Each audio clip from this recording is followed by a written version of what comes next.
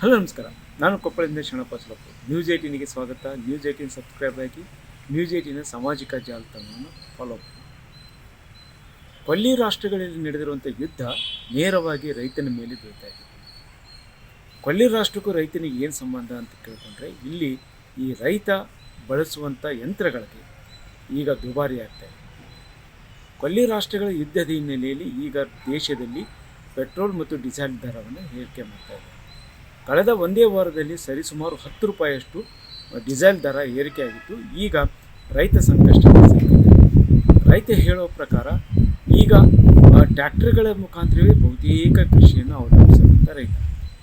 ಕಾರಣ ಅಂತೇಳಿದರೆ, ಈಗಾಗಲೇ ಎತ್ತುಗಳನ್ನು ರೈತ ಬಿಟ್ಟಿದ್ದಾನೆ. ಈಗ ಟ್ರ್ಯಾಕ್ಟರು ಮತ್ತು ಇನ್ನಿತರ ಯಂತ್ರಗಳ ಮುಖಾಂತರ ಬಿತ್ತನೆ ಕಾರ್ಯವನ್ನು ಮಾಡ್ತಾ ಇದ್ದಾನೆ. ಈ ಸಂದರ್ಭದಲ್ಲಿ ಮೊದಲು ಪ್ರತಿ ಎಕರೆಗೆ 800ರಿಂದ 1000 ರೂಪಾಯಿ ಇರುವಂಥ ಬಾಡಿಗೆ ಈಗ ಏಕಾಏಕಿ 1000ರಿಂದ 1300 ರೂಪಾಯಿ ಪ್ರತಿ ತಾಸಿಗೆ ಟ್ರ್ಯಾಕ್ಟರನ್ನು ಬಾಡಿಗೆಯನ್ನು ತೆಗೆದುಕೊಳ್ಳುವಂಥ ಸ್ಥಿತಿ ಬಂದಿದೆ. ಈ ರೀತಿ ದರ ಏರಿಕೆ ಆಗಿರೋದ್ರ ಕಾರಣಕ್ಕಾಗಿ ರೈತ ಈಗ ಅನಿವಾರ್ಯವಾಗಿ ದುಡ್ಡನ್ನು ಕೊಳ್ಳೇಬೇಕಾಗಿದೆ. ಅದರ ಜೊತೆಗೆ ರೈತ ಹೇಳೋದು ರಸಗೊಬ್ಬರದ ಬೆಲೆಯೂ ಸಹ ದುಬಾರಿಯಾಗಿದೆ.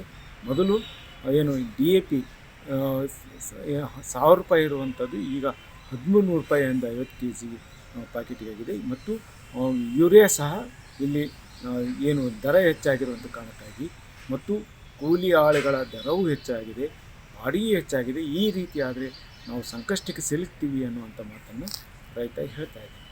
ಜೊತೆಗೆ ರೈತ ಹೇಳೋದೇನಂತೇಳಿದ್ರೆ, ಈ ಸಂದರ್ಭದಲ್ಲಿ ಏನು ಯುದ್ಧ ಇದೆ, ಈ ಕಾರಣಕ್ಕಾಗಿ ನೀವು ದರ ಏರಿಸ್ತೀರಿ, ಆದರೆ ಅದನ್ನು ಕಡಿಮೆ ಮಾಡಿರಿ. ಯಾಕಂತೇಳಿದ್ರೆ ಜನಸಾಮಾನ್ಯರು ಸಹ ಬದುಕುವಂಥ ಸ್ಥಿತಿ ಬೇಕು. ಆ ಕಾರಣಕ್ಕಾಗಿ ರೈತನಿಗೆ ಒಂದಿಷ್ಟು ಕಡಿಮೆ ಆಗುವಂಥ ರೀತಿಯಲ್ಲಿ, ಅಥವಾ ಏನು ಡೀಸೆಲನ್ನು ರೈತನಿಗೆ ಸಬ್ಸಿಡಿ ದರದಲ್ಲಿ ನೀಡುವಂಥ ಒಂದು ಯೋಜನೆಯನ್ನು ಸಿದ್ಧಪಡಿಸಬೇಕು. ಅಥವಾ ಏನು ಈ ಹಿಂದೆ ಯಡಿಯೂರಪ್ಪ ಸರ್ಕಾರದಲ್ಲಿ ಬಿತ್ತನೆ ಸಂದರ್ಭದಲ್ಲಿ ಸರ್ಕಾರ ಸಹಾಯಧನವನ್ನು ನೀಡಿತ್ತು, ಅದೇ ರೀತಿ ಸಹಾಯಧನವಾದರೂ ನೀಡಿದರೆ ರೈತ ಒಂದಿಷ್ಟು ಅನುಕೂಲವಾಗುತ್ತೆ ಅನ್ನುವಂಥ ಮಾತು ಇದೆ.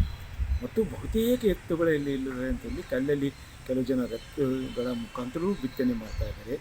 ಬೀಜ ಗೊಬ್ಬರಕ್ಕಾಗಿ ರೈತ ಅಲಿದಾಡ್ತಾ ಇದ್ದಾನೆ.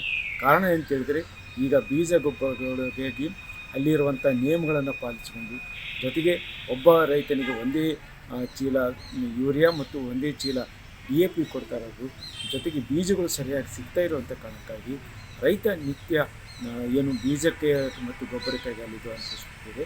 ಮಳೆಯನ್ನು ಈಗ ಅಡ್ಡಲ್ರಿ ಈಗಂತರ ಮಾನ್ಯ ಚಲೋ ಮಳೆ ಆಗತ್ತೆ ರೀ. ಮುಂದೆ ರೋಣಿ ಮಳೆಯನ್ನು ಆಗ್ಬೋದ್ರಿ. ಒಟ್ಟು ಏನೋ ಬೀಜದ್ದು ಗೊಬ್ಬರದ ದೊಡ್ಡ ರೇಟ್ ಐತೆ ರೀ. ಈಗ ನೋಡ್ರಿ, ಅಲ್ಲಿ ಪಾಳ್ಯಾಗ ನಿಂತಾರೆ ನಮ್ಮ ಅಪ್ಪರ ಕೊಪ್ಪಳಕ್ಕೆ ಹೋಗಿ 6ಕ್ಕೆ ಹೋಗ್ಯಾರ, ಬೆಳಗ್ಗೆ ಮುಂಜಾನೆ 4ಕ್ಕೆ ಹೋಗ್ಯಾರ, ಇನ್ನೂ ಬಂದಿಲ್ಲ ರೀ ಪಾಳ್ಯಾವು.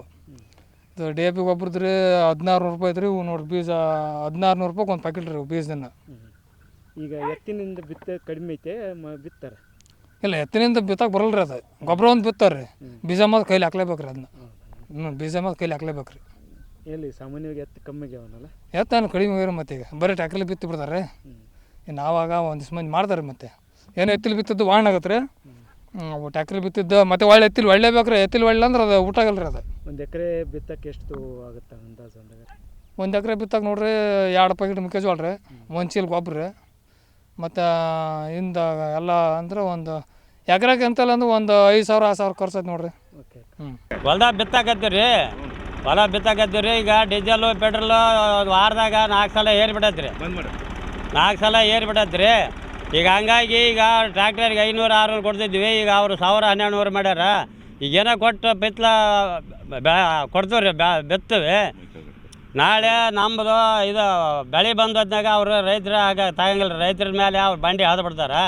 ಈಗ ಎಲ್ಲೋ ದೇಶದಾಗ ಇದ್ದಾಗಿದ್ದು ನಮ್ಮ ಮೇಲೆ ಬಂದು ಹೊರಿ ಹಾಕಿ ಇವರು ಸರ್ಕಾರದ ಈ ನಮೂನೆ ಮಾಡಿದ್ರೆ ಗೊಬ್ಬರ ನೋಡಿದ್ರೆ ಎಲ್ಲಿ ಸಿಗೋಲ್ದು ಅಂತಂದು ಅವರು ಸ್ಟ್ರೈಕ್ ಮಾಡ್ಯಾರ ರೀ. ಇದ್ರಂತ ಮಾಡಿ ರೈತರಿಗೆ ಬಳಿಯೋದು ಯಾಕ್ರಿ? ಮೋದಿ ಸರ್ಕಾರ ರೈತರು ಬೆನ್ನೆಲುಬು ಅಂತಾರೆ. ಇವರು ಸಿದ್ದರಾಮಯ್ಯವ್ರು ಇವರು ರೈತರು ನಾವು ನೋಡ್ದು ಅಂತಾರೆ. ಏನು ರೀ ನೋಡ್ತಾರೆ ರೀ ಇವ್ರು? ಇದ್ರಂತಾಗ ರೈತರು ಎಲ್ಲಿ ಹೋಗೋಣ ನಾವು? ನೀವು ಬೆಳೆದ ರೇಟ್ ಬೆಲೆ ಇಲ್ಲ, ನಮ್ಮ ಬೆಳೆದ ರೇಟಿಗೆ ಬೆಲೆನೇ ಇಲ್ಲ ರೀ. ಅದಕ್ಕೆ ನಾ ಕೆರೆದಕ್ಕೆಲ್ಲ ಅದು ಮಾಲ್ ಐತಪ್ಪ, ತಗೋನಾರಿಲ್ಲಪ್ಪ, ಏನು ಮಾಡೋಕೆ ಅಂತಂದು ಹಗ್ಗಕ್ಕೆ ಮುಗ್ಗಿ ಜೋಳ ಮಾಡ್ತಾರೆ ರೀ ನಮ್ದು. ನಾವು ಈಗ ಡೀಸೆಲಿನ ರೇಟ್ ಕೇಳಕತ್ತೀವಿ ರೀ. ಡೀಸೆಲಿನ ರೇಟ್ ಕೇಳಿ 5-6 ತಿಂಗಳದಿಂದ ರೇಟ್ ಬೇರೆ ಇತ್ತು, ಈಗ ರೇಟ ಬೇರೆ. ದಿನನಿತ್ಯ ಏರ್ಸ್ಕೊಂತ ಹೋದ್ರೆ ಈಗ ರೈತರ ತಾಲೆ 600 ರೂಪಾಯಿಗೆ ಎಕರೆ ಹೊಡಿತಿದ್ವಿ. ಈಗ ಅವರು 1000 ರೂಪಾಯಿ ಎಕರೆ ಅಂದ್ರೆ ಐತೇನಿಲ್ಲೋ ಬಾಳೆ ಮಾಡೋಣ ಏನಂತಂದು ದಿನನಿತ್ಯ ಇರ್ತಾರೆ. ಈ ಡೀಸೆಲಿಂದ ಯಾವಾಗ ಕಮ್ಮಿ ಮಾಡ್ತೀರಿ ಯಾವಾಗಿಲ್ಲ ಅದನ್ನ ಹೇಳ್ರಿ ಒಂದು ಮಾತು ಅಂದ್ರೆ ಈಗ ನೀವು ಹೇಳಿದ್ದ ನಾವು ತರಬೇಕು, ನಾವು ಕೇಳಿದ್ದು ನೀವು ತಗೋಣಲ್ಲ. ಇದಕ್ಕೆ ಮುಂದೆ ಹೆಂಗೆ ದಾರಿ? ನಿಮ್ಮ ಬೆಳೆದ ಬೆಲೆಗೆ ಬೆಲೆ ಇರಲ್ಲ.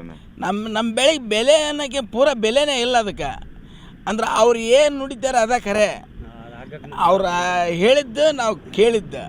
ಅಂದ್ರೆ ನಮಗೇನು ಬೆಲೆನೇ ಇಲ್ಲ ರೈತರಿಗೆ. ಹೆಂಗೆ ಸರ್ ಇದರ ಬಗ್ಗೆ ಮಾಹಿತಿ ಕೊಡೋದು ನೀವು?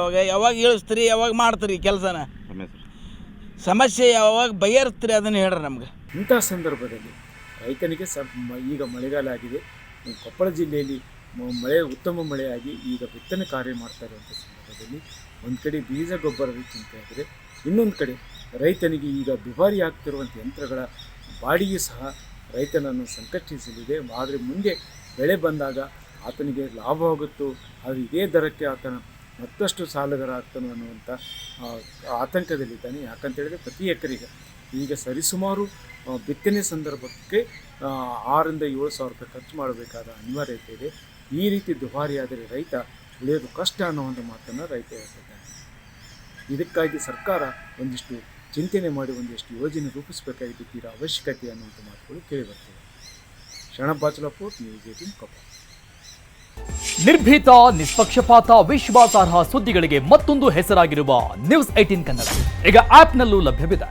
ದಯವಿಟ್ಟು ಇಲ್ಲಿರುವ QR ಕೋಡ್ ಸ್ಕ್ಯಾನ್ ಮಾಡಿಕೊಂಡು ಆಪ್ ಡೌನ್ಲೋಡ್ ಮಾಡೋದನ್ನ ಮರಿಬೇಡಿ. ನಿಮ್ಮ ಬೆಂಬಲ ಹೀಗೆ ಸದಾ ನಮ್ಮೊಂದಿಗಿರಲಿ. ಧನ್ಯವಾದ.